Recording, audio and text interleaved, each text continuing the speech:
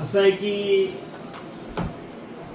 आज विक्रांतची उत्तर रत्नागिरीचा जिल्हा प्रमुख म्हणून पक्षप्रमुख आदरणीय उद्धव साहेबांनी निवड केलेली आहे। खरं तर हे खूप मोठं आव्हान आहे, ही खूप मोठी जबाबदारी आहे।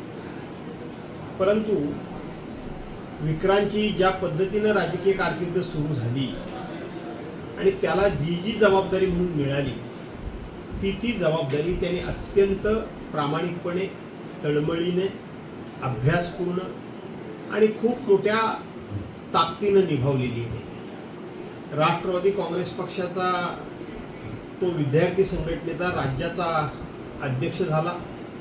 तिथेही त्यांनी अतिशय उत्तम अशा प्रकारचं काम करून त्याही नेत्यांची शाबासकी मिळवली।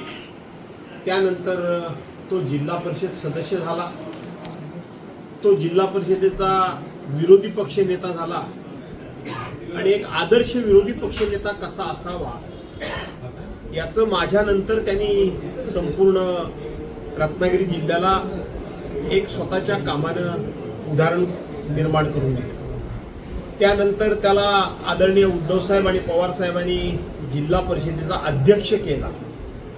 अतिशय कमी कालावधीमध्ये कोरोनाच्या संकटामध्ये त्याला ती संधी मिळाली। त्यावेळेला संपूर्ण जिल्ह्यामध्ये 57 ॲम्ब्युलन्स लोकांच्या सेवेकरता कशा उभ्या कराव्यात त्या त्यांनी करून दाखवल्या। 68 कोटी रुपये जिल्हा परिषदेच्या इमारतीला स्वतःच्या हिमतीवर त्यांनी त्या ठिकाणी रत्नागिरी जिल्हा परिषदेच्या इमारतीला आणले। आज ती इमारत दिमाखात उभी राहते। आज तो उद्धव बाळासाहेब ठाकरे या शिवसेना पक्षाचा तो जिल्हा प्रमुख उद्धव साहेबांच्याच विचारानं आणि विशेष करून त्यांनीच त्याची निवड केलेली आहे आणि म्हणून त्याला आज एक संधी मिळते याचं मला वडील म्हणून निश्चितपणे समाधान आहे।